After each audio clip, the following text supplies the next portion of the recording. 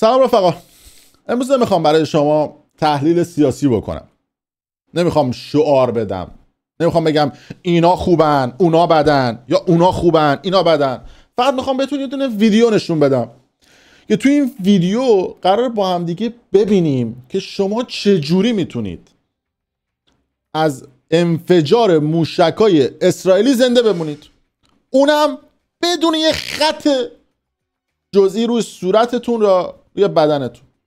البته شدنی ها، فقط کافیه که تون سیستم باشید. ماجرا از اون قرار بود که ایشون اول میخوام صحبت کنم، آیه علی شمخانی که تو تیتر ویدیو هم دیدید. روز اولی که اسرائیل به ایران حمله کرد خبر اومد بسیاری از افراد مهم و آدمای رده بالا نظامی و دانشمنده هسته‌ای اسرائیل روز اول یه جا زده. یه لیستی هم اومد بلافاصله بیرون و اسم علی شمخانی هم داخلش بود. یه گفتن که ایشون هم تو لیست ترورها هست و اول خبر اومد که ایشون ترور شده. بعد که یه ذره رفت جلوتر گفتن نه ایشون ترور نشده، ایشون نصف شده، یعنی پاش از دست داده. بعد که یه ذره خبر رفت جلوتر گفتن نه نصف هم نشده، یه پاش فقط قطع شده. بعد که یه ذره رفت جلوتر گفتن نه 2 تا پاش هست، خراشای درب و داغ اصلا له شده، تو کما هنوز بیرون نیامد. بعد که یه ذره رفت جلوتر شد ایشون اصلا سالم میشه، قهرمان المپیک هم سالم تره. یعنی شما یه خط و خش نمیبینید. بعد توی مراسم تشییع جنازه سردارای سپاه و جای مختلف ایشون حضور پیدا کردن با چندین تا محافظ. حالا ماجرا به اینجا ختم نمیشه. ایشون اومد توی بخش خبری 23 یه مصاحبه انجام داد که میخوام ما توی این ویدیو این مصاحبه رو با هم دیگه تجزیه و تحلیل و آنالیز بکنیم و ببینیم که ایشون چه کاری انجام داده. با هم ویدیو رو ببینیم، خیلی چیز پیچیده نیست. اول ویدیو رو با این شروع میکنن، دستگاهی که باش نفس و اینا رو تنظیم میکنن. ببینیم ویدیو رو. یعنی اول ویدیو شواف تا خشتک. اصلا چه لزومی داره شما این آدم یاد پایپ میفته اینجوری رو بکشی؟ بعد اگه ویدیو رو نگاه کنید اینا متخصصین و کسایی که تو امرن گفتن ها، من خودم در نمیارم. ببین وقتی نفس میکشه این تا خشتک میره بالا. حالا نمای بعدی هم نشون میده. خب این تا خود بالا میره. ببین در آدمای بالای 65 سال دوستان متخصص اینا گفتن ها. باید این دستگاه بین 3500 تا 3000 مثلا 800 باشه.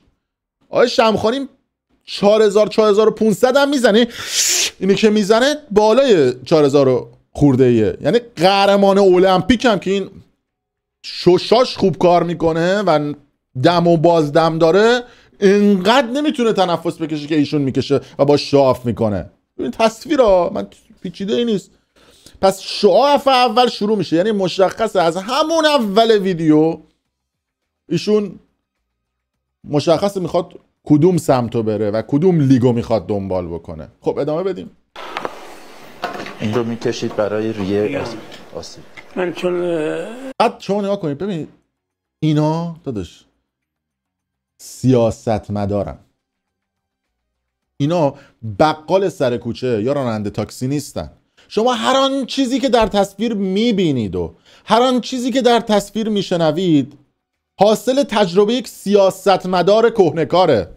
یعنی آدمی که یه میگه شما باید بهش فکر کنی ها. یعنی هر آن چیزی که روی تصویر میبینی شما باید بهش فکر کنی، چون این هنر یک سیاستمداره. و برای شمخانی که در سیاست بوده، در اقتصاد بوده، در موضوعات امنیتی بوده و در بالاترین سطح اون مملکت و مشاور خامنه‌ای بوده، اون دیگه استاد این کاره. غیر از این نمیتونه باشه. پس وقتی که ما داریم این ویدیو رو تجزیه و تحلیل میکنیم بعد همش رو با هم تجزیه و تحلیل بکنیم. کاری نداریم اگه هر جای مثبت بگیم میگیم مثبت، هر جای منفی بگیم میگیم منفی.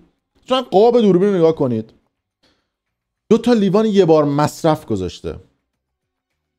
یعنی چی؟ ما یه زندگی ساده ای داریم مثلا اینا دیگه لیوان یه بار مصرف رو میبینید. بعد وسط های ویدیو هم میگه ما توی کافی شاپیم، یعنی تو اون کافی شاپ اونجا 2 تا لیوان پیدا نمیشه اینا لیوان یه بار مصرف گذاشتن روی میز. نه اینا میخوام آقا چه زندگی ساده داریم، آب تو لیوان یه بار مصرف گذاشتن. یعنی شعاف و ریاکاری تو خونه ایناست. ببین اصلا این ربطی به این نداره من خارج از کشورم یا داخل کشورم ها. میدونم شما خیلیاتون هم تا طرفدار اون آدما باشید. آقا سواله، یعنی تو اون کافی شاپ یه لیوان پیدا نمیشده لیوان یه بار مصرف گذاشتن براشون؟ خب ببینید چی میگه. ستون به اصطلاح قفسه سینم شکسته، آسیب‌های داخلی بیشتر دیدم. میگید از اون ساعات، از اون اتفاق چه شد؟ شما چه میکردید؟ من روی تخت بودم، موبایلم روی زمین بود با فاصله. گوش بدید، ببین گفتم دیگه اینا یه میگن بعد بهش فکر کنیم. میگه من روی تخت بودم، موبایلم روی زمین بود با فاصله. یعنی چی؟ یعنی موبایل من کنار من نبوده ها، یعنی من از قبل پیامی دریافت نکردم ها، یعنی من از قبل هشدار تخلیه خونه رو دریافت نکردم ها، یعنی من با خودشون نیستم ها، یعنی من جاسوس نیستم ها. یعنی منی که زنده ام الان آدمیم که معجزه خدا بوده. پس وقتی گفتم کلمه ها کد میدن، میگه موبایل با فاصله. خب بقیهش خانواده‌م هم اتاق بغلی خوابیده بود، من خواب بودم چون موقع نماز بود، من داشتم بیدار میشدم. یعنی ببین بیدار شدنهای مشکوک از خوابهای مشکوک دارن. خب بقیهش همه اتاقم فرو ریخت، آوار فراوانی هم روی من فرو ریخت. ببین حرفهای با فاصله این دیگه میره به سمت زبان بدن. خب اون ورش این نفس پزشکیش بود، من از همه زاویه. حرفهای با فاصله، با فکر خیره شدن نشان از اینه که میخواد کاملا با فکر جملاتو بگه. وگرنه شما وقتی بخواد واقعیت رو رعایت بکنید مثل بلبل میگید. میگی که آوار آقا چجور آوار ریخته رو صورت تو اینقدر پوستت سالمه؟ یه خط، یه چسب زخم، یه جای زخم آوار ریخته رود. سلطان شیرجه نزدی تو استخر 4 متری. آوار آجر و سنگ و کلوخ و کمد و بیل و همه چی ریخته رود دیگه. بعد یه خطی، یه خشی نیافتادی. یعنی شما باید برید توی المپیک شرکت بکنید، مدال طلای آوار برداری و نجات از زیر آوار رو با اختلاف فاحش به دست میارید. به هر حال این یه نکته است، اونم در خونه لاکچری که شما دارید. آیه شمخانی تصاویرش هست دیگه. ببین اول اومد عکساش بیرون روزای اول. این تصاویر خونه شمخانیه. این تصویر اوله. اینجا که میگفتم یه دستگاه ماینره، نمیدونم راجع به ماینر صحبت بکنم. آره اینجا این خونه شمخانی، همون دقایق اول تصاویرش اومد بیرون. این تصویر از بالا خونه دوبلکس. این تصویر دیگه از خونه شما و حالا این راجع پسرش هم صحبت کنیم. اولا اینکه بابا شما چه سیستم برق‌کشی خفنی دارید. یعنی موشک زدن وسط خونه هنوز برقت وصله. از شما برق میگیرید بگید مردم از اون برقکارت کی بوده، بگید ما هم بریم برق خونمون رو وصل کنن دیگه. شمخانی تو همشهری ما، بچه هوازی بولک من تو آشنا با هم زیاد داریم. ببینید چی سیستم برقی استفاده کنیم، بدیم به فک فامیلامون جا ما مردم مثلا ببینن این موشک خورده وسط خونت. بعد برق اصلا با کیفیت. بعد اینجا دوله برق ساختمون قطع هنوز اینجا برق داره، یعنی این لامپ اینجا برق داره. بعد این تصاویر با هم همخونی نداره بعضیاش. ایشون میگه من آوار ریختن ساعت 3:30 صبح. خب بقیهش و من 3 ساعت زیر آوار بودم. 3 ساعت هم زیر آوار بوده. بعد نکته بعدی راجع به خونهش که گفتیم، خب این خونه ایشون یکی از نماینده‌های مجلس اومده بود، ثابتی. ایشون هم نماینده مجلس این سوالو پرسیده. دوستان هندستان‌های معاند و بیگان و غربی این سوالو نپرسیدن و نماینده مجلس این سوالو پرسیده. ببین سوالش چی بود. ببین آقای شمخانی تو این کشور چیکار کرده که این همه نفتکش داره؟ چیکار کرده؟ با اسنپ مسافرکشی کرده؟ حقوق کارمندی گرفته؟ چیکار کرده شمخانی؟ بیا جواب منو بده الان. چیکار کرده شمخانی تو این کشور؟ چرا بعد 2 سال دبیر امنیت ملی بمونه؟ بله، به هر حال این سوالیه که آقای شمخانی از شما سوال پرسیدن که شما چیکار کردی که این همه کشتی داری، خونه لاکچری داری. خب عرض میکنم خدمتتون در سیستم جمهوری اسلامی و اون حاکمیت سوال پرسیدن از آقایون یک نوع خودزنی سیاسیه.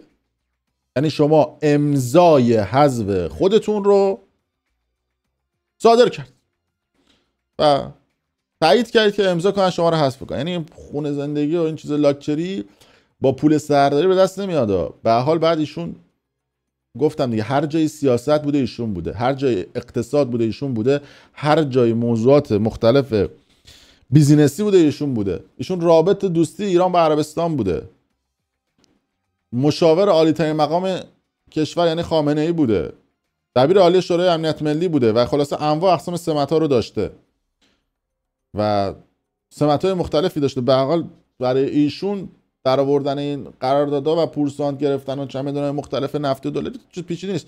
پسراش هم حسن و حسین، حالا یکشون هم به اسم ابوالفضل هستن، گرین کارت امریکا دارن. دوستان اینو من نمیگم، حالا بگردم براتون تصاویر گرین کارتش هم نشونتون میدم. ایشون گرین کارت امریکا داشته پسرش. آقا کجا آورید بگید ببینم داستان از چه قرار بوده که شما گرین کارت امریکا گرفتید و خیلی شیک و مجلسی برداشتید و اگه تصاویر، بله تصویر گرین کارت ایشون هم بهتون نشون بدم. ابوالفضل یا همون حسن شمخانی، فرزند شما گرین کارت امریکا داره، اومده بیرون. شما به عنوان عالی ترین مقام سیاسی مملکت چرا باید بچه‌ت گرین کارت امریکا داشته باشه؟ مگبر امریکاشو مردم میگن بچه تو باید گرین کارت امریکا داشته باشه. آقا سوال مردم دارن. خب بریم ببینیم بقیه‌اش. بعد 3 ساعت زیر آوار بودن، بعد ببینیم قهرمان المپیک، یعنی هر کسی 3 ساعت زیر آوار بود، بعد 3 ساعت از زیر آوار درش می‌آوردن، بعد الان میرفت رو ویلچر. ایشون وایساده جلو دوربین، عصا هم گرفته با رخ کار. خب بقیه‌اش این هم تصاویر خونه‌شه که دارن نشون میدن. خونه دوبلکس 2 طبقه و اونجا برای من ماجراها گذشت. برای خودم من نماز صبحمو زیر آوار خوندم. شاف بعدی میگه نماز صبح همون زیر آوار خوندم. قبله مگه میدونستی کدوم طرف شما نماز خوندی؟ به حال گفتن این جملات شما رو آدم مذهبی نمیکنه. شاید برای یه سری آدم‌های خر مذهب و خشک مذهب این جمله یک جمله عرفانی و مذهبی باشه، اما برای آدم‌های خنثی، به ما 3 دسته آدم داریم. آدم‌های خر مذهب و خشک مذهب که شما هر چی بگی اینا پایه مذهب رو دارن رو علم خودشون. آدم‌های وسط که دارن فکر میکنن این ور داره درست میگه یا اون ور داره درست میگه. آدمایی که اصلا اونوری ان، اصلا شما رو قبول ندارن، اسلام رو قبول ندارن.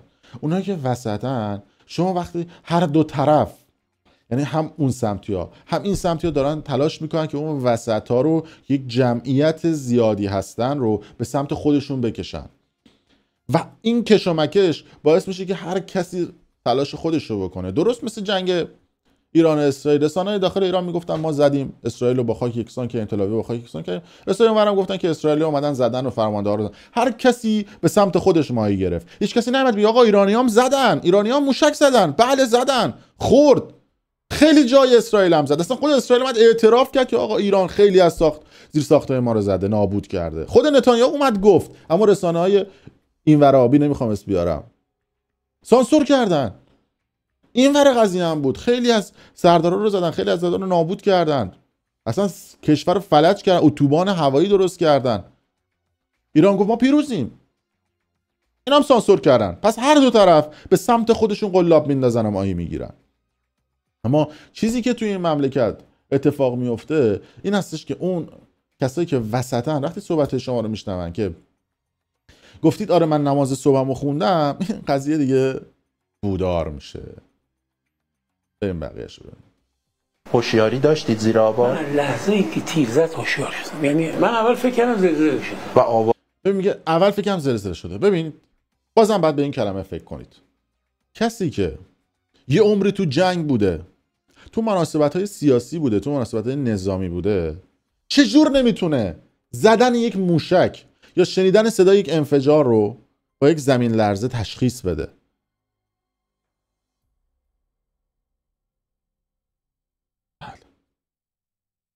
ریخت. من با پاهم شروع کردم کندن جلوی پام، البته به اندازه‌ای که میتونستم تحرک پیدا کنم. من نماز که خوندم صدای ماشین شنیدم.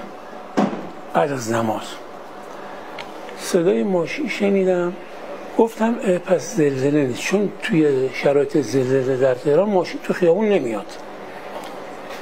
گفتم خب اسرائیلی‌ها من زدم. بعد چجور شما میگی اسرائیل؟ تا دیروز شما تو تلویزیونتون میگفتید رژیم صهیونیستی، حالا میگی اسرائیل. اینم نکته جالبیه. خب از تا آخر نمی‌کرد، اکسیژن دیگه کم بود، نفس‌های به اصطلاح نقطه‌ای میکشیدم، نه نفس عمیق اصلا نبود، فقط نفس نقطه‌ای میکشیدم. 3 ساعت دیگه گذشته بود. آره دیگه. آره تو اون مدت چیزایی گذشت که تو یک فرصت دیگه میتونم دیگه بعد برم فکر کنم ببینم چجور مظلوم نمایی میتونم بکنم. من خدا رو دیدم، نمیدونم فلانی رو دیدم، معجزه رو دیدم. برای اون 3 ساعت بعد برم فکر کنم دیگه. گفت 3 ساعت گذشته، در صورتی که شاهدان عینی میگن که وقتی که ایشون رو زدن 10 دقیقه بعد منتقلش کردن بیمارستان. شاهدان عینی تو محل میگن. بابا تو دیگه به محلیه‌ها هم محلیه‌های خودت نمیتونی بگی شما رو بعد 10 دقیقه رو اونا پیدا نکردن. تصاویر پسرش هم اومده بود بیرون، اینجوری داشت بالا پایین میپرید و کارهای مختلف میکرد که حالا اونو احتمالاً خواهیم بهتون گفت که آقا داستان این تصاویر پسرش هم چی بوده که فیلمش اومد بیرون و گفته بودن که این واکنش پسر شمخانی بوده. این واکنش پسر شمخانی ببینید.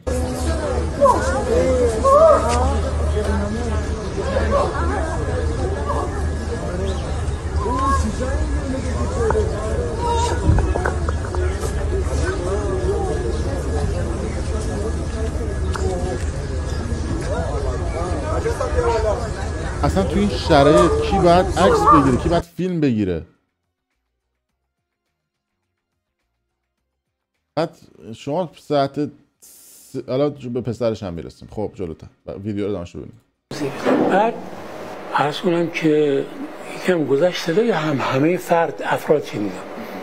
خیلی فاصله داشت، خیلی هم کم سود. ضمن که من قوه سامعه‌ام تو این چیز آسیب دیده بود. من یکم امید پیدا کردم. آقا چجوری شما قوه گوشت هم آقا بعد یه چیزی بخوره تو گوشت که تو گوشت آسیب ببینه؟ شما آجر بخوره به پات که نمیشه که گوشت آسیب ببینه که. صورت که سالم. از چه ژل و بوتاکس گریمی شما استفاده کردید؟ شروع کردم داد زدم. حسن پسرم، چون پسرم طبقه بالا بود که اتاقش با خاک یکسان شد. خونه نبود اون ساعت. 10 دقیقه قبلش رفت بود بیرون. حاج خانم به دلیلی که نگاه حاج خانم خیلی سنگین. میگه پسرم طبقه بالا بود. خب من طبقه پایین بودم، شروع کردم پسرم رو صدا زدم. به این جمله فکر کنید جلوتر بهش میرسیم. این اسم توی بی اکسیژن نمیتونستم بگم حاج خانم، اسمش صدا میزدم حسن آذر زن دوم. بله چند بار که این صدا رو زدم. بعد اینا کن این خونه دیگه وسط که نداشت، رو چی را میرفتن؟ روی ستون را میرفتن، رو لبه ها را میرفتن. یه بنده خدایی عرض کنم که من اومد رو همون جایی که من میکندم با پاتون کنده با پام میکندم، او دیگه آخرین لایه هاشو داشت سعی میکرد. اومد ایستاد گفت اینجاست. صدای من را شنید. داشتید صدا میزدی؟ آره، ولی او تنها اومده ها، چون هیچ کس فکر نمیکرد که من اینجا باشم، چرا که باید رفته بود پایین دیگه. اولین کاری که کرد آوا رو از روی پاهام برداشت، پاهامو دید. تا پاهامو دید منم اینطوری که یعنی من داشتم میکندم دیگه، اینطوری میکردم. میگه رفت بود پایین. خب یعنی از بالا رفتی پایین؟ دیگه خودی من پایین بودم که پسرم بالا بود که. خب گفت که اینجاست. خلاصه بعد من آوار بند متوجه شد شما. متوجه شدم. و هوشیار بودید، کامل میدیدید؟ لحظه اول هوشیار بودم، با خودم فکر میکردم، طراحی میکردم. یک لحظه نترسیدم. فوق میمیرم دیگه. من 3 بار دارم میمیرم. یه بار قبل از انقلاب خواستم میمیرم، یه بار تو جنگ خواستم میمیرم.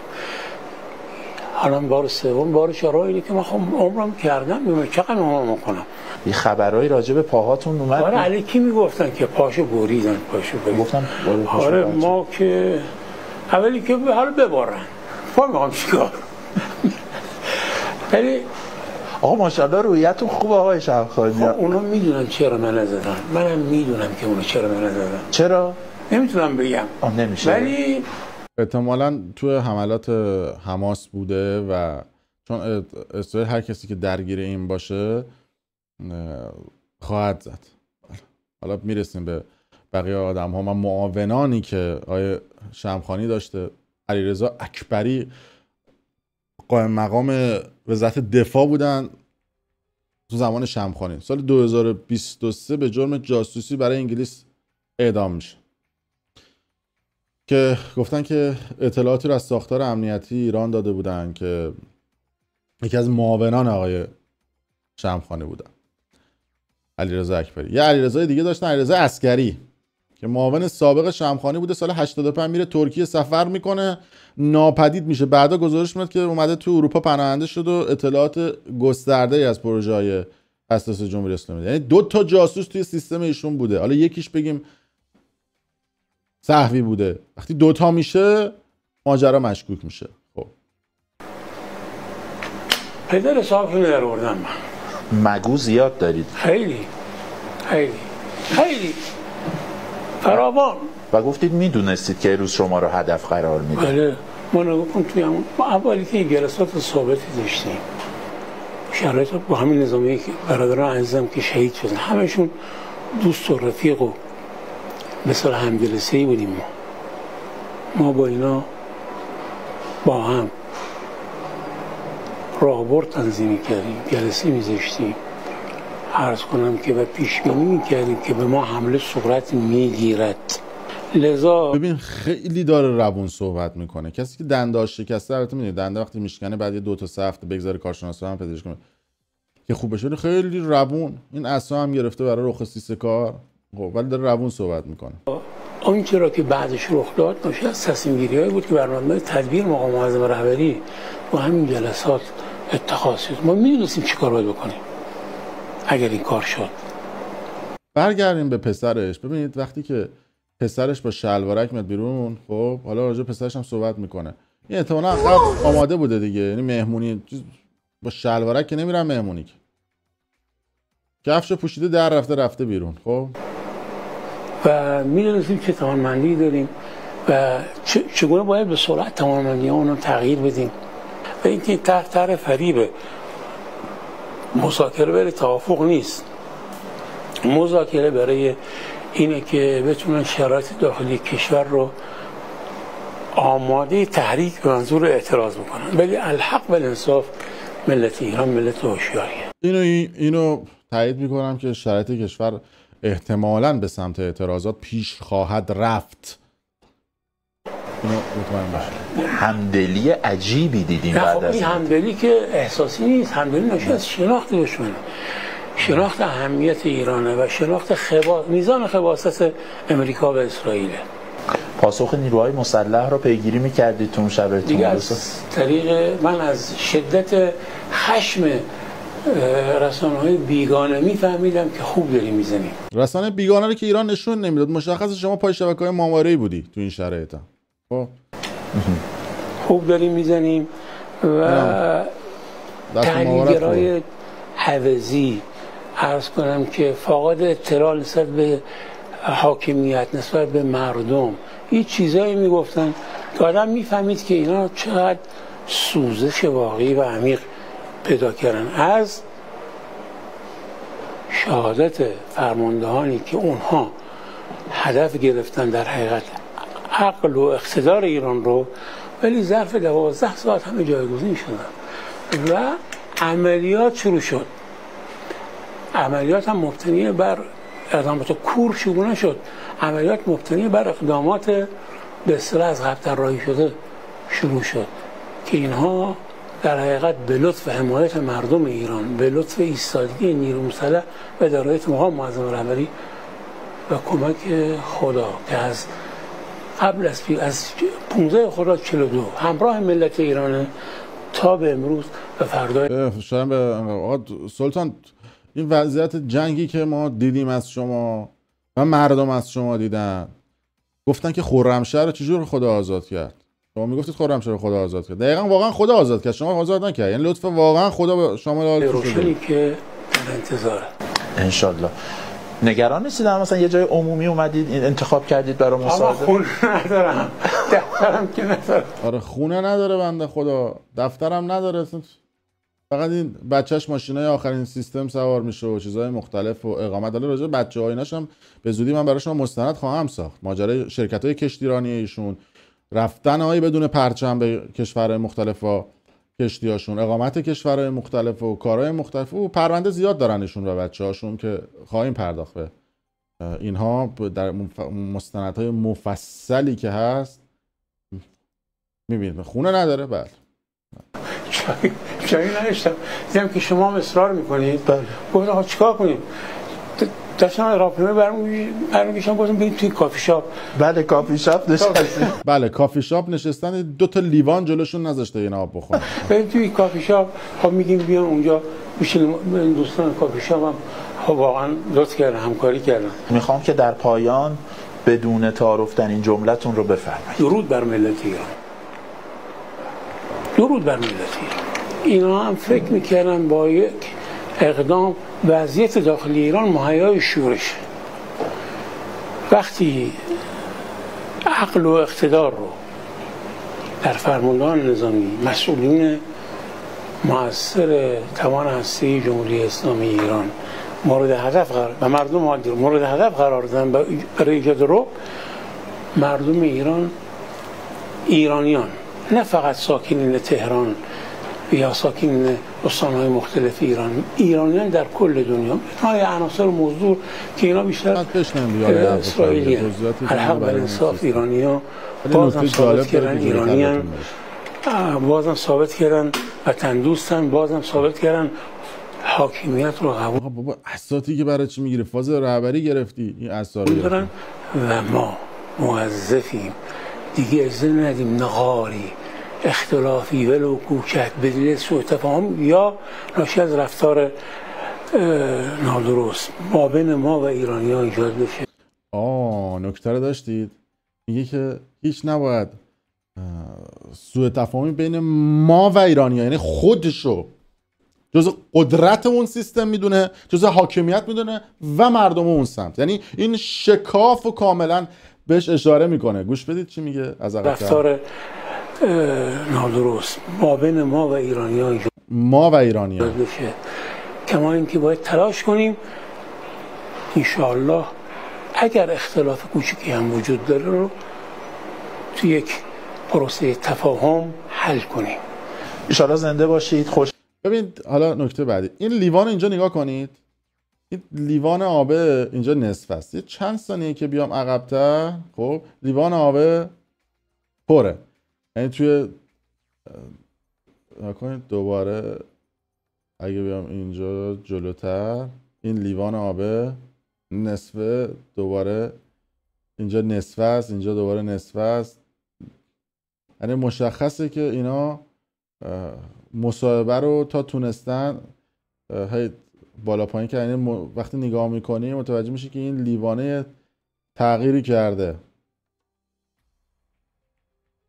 رفتار نادرست ما بین ما و اگر اختلاف کوچکی هم وجود داره رو تو یک پروسه تفاهم حل کنیم.